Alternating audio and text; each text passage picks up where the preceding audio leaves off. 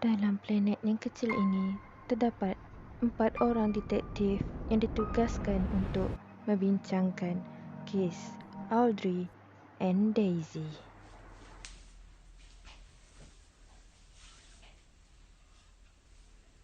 Hai, Assalamualaikum. Saya Detektif Syafina.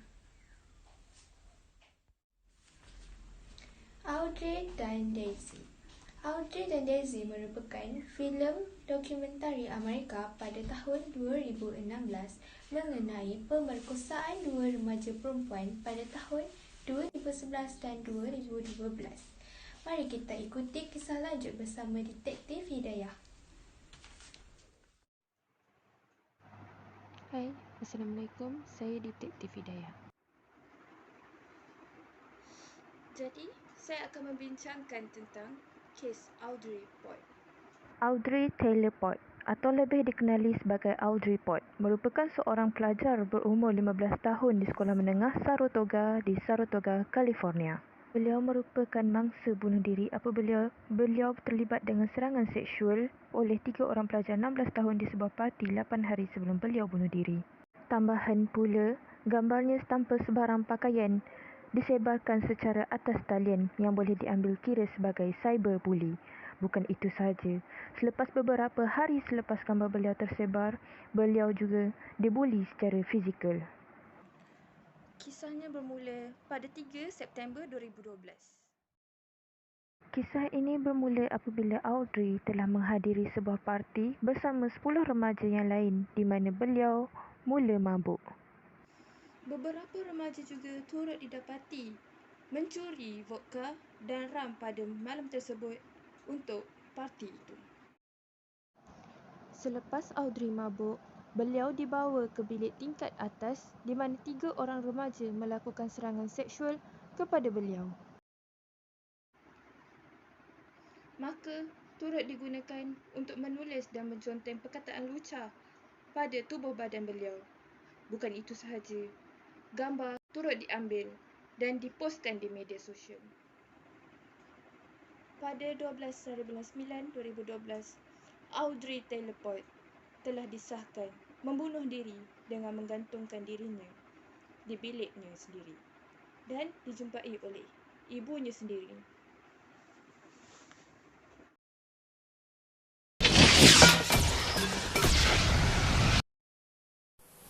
Hai, Assalamualaikum. Saya Detektif Hanis. Saya akan menceritakan kisah yang terjadi kepada Daisy. Ini mengisahkan tentang seorang remaja perempuan yang berusia 14 tahun telah mengalami gangguan seksual oleh seorang remaja lelaki yang berusia 17 tahun di mana ia merupakan rakan baik kepada abang mangsa. Kejadian ini berlaku pada 8 Januari 2012 ketika Daisy dan rakannya Paige diajak melalui mesej untuk menghadiri sebuah pesta di rumah rakan lelakinya yang terletak di Maryville. Di sana terdapat 5 orang lelaki di mana 4 daripadanya iaitu Matt, Cole, Nick dan Jordan, manakala seorang lagi merupakan kawan daripada 4 orang lelaki tersebut di mana dia telah membawa rakan Daisy iaitu Paige masuk ke dalam sebuah bilik. Daisy dan Paige terpisah sebaik sahaja mereka masuk ke dalam rumah itu.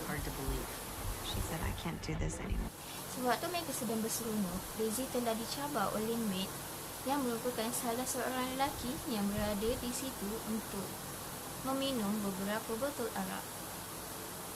Tanpa berfikir panjang, Daisy menyahut cabaran itu bagi membuktikan bahawa dia bukanlah seperti seorang gadis kecil. Di dalam selepas itu, Daisy merasakan dirinya terlalu mabuk sehingga tiada daya untuk menolak tangan yang menariknya masuk ke dalam bilik. Tanpa mampu membuat apa-apa, Daisy telah mengalami gangguan seksual dan dirobot oleh Matt, iaitu rakan baik kepada abang Daisy.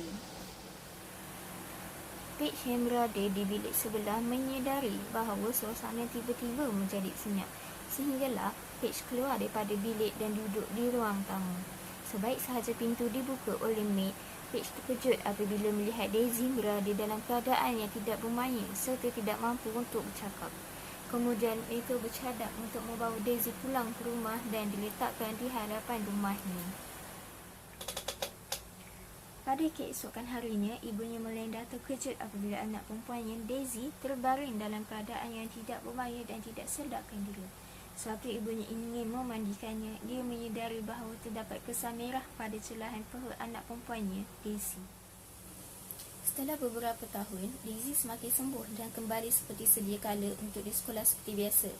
Tetapi sejak daripada kejadian gelap itu, kisahnya kembali tersebar dan Daisy seringkali dibuli serta diejek sebagai pelacur oleh rakan-rakan sekolahnya hampir setiap hari. Pada tahun 2014, Daisy mengalami tekanan yang agak teruk disebabkan oleh ejekan rakan-rakannya dan tanpa berfikir panjang, dia ingin membunuh diri. Namun, dia sempat untuk diselamatkan dan dibawa ke hospital untuk dirawat.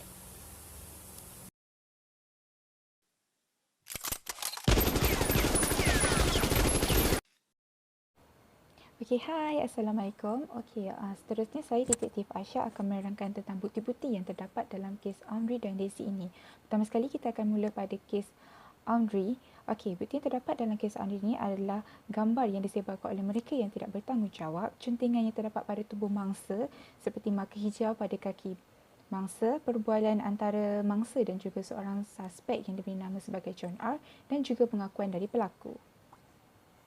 Okey, seterusnya bagi kes Daisy, keputusan yang dijalankan oleh pihak hospital seperti Red Kit, keputusan ujian tahap alkohol dalam darah, telefon Daisy yang dijumpai oleh abangnya yang menunjukkan Matt adalah orang terakhir menghubunginya, video yang direkodkan oleh Jordan tentang apa yang berlaku pada malam tersebut, bukti yang terdapat semasa kajian dilaksanakan di rumah Matt dan juga pengakuan dari pelaku sendiri.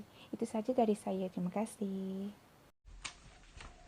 Salah satu kesimpulan yang jelas daripada kisah Audrey dan Daisy ini adalah sekiranya anda seorang lelaki dan anda kacau, responnya adalah anda akan tetap menjadi lelaki dan akan usaha untuk membuat anda kembali ke landasan. Sekiranya anda seorang perempuan dan mengacau, tiada siapa peduli dan anda akan tetap dipersalahkan. Dalam kes ini, kes keluarga Daisy Coleman, rumah mereka terbakar habis sebagai pembalasan atas tindakan yang mereka lakukan terhadap lelaki tersebut. Sekian sahaja daripada kami menceritakan kisah ringkas tentang Audrey dan Daisy.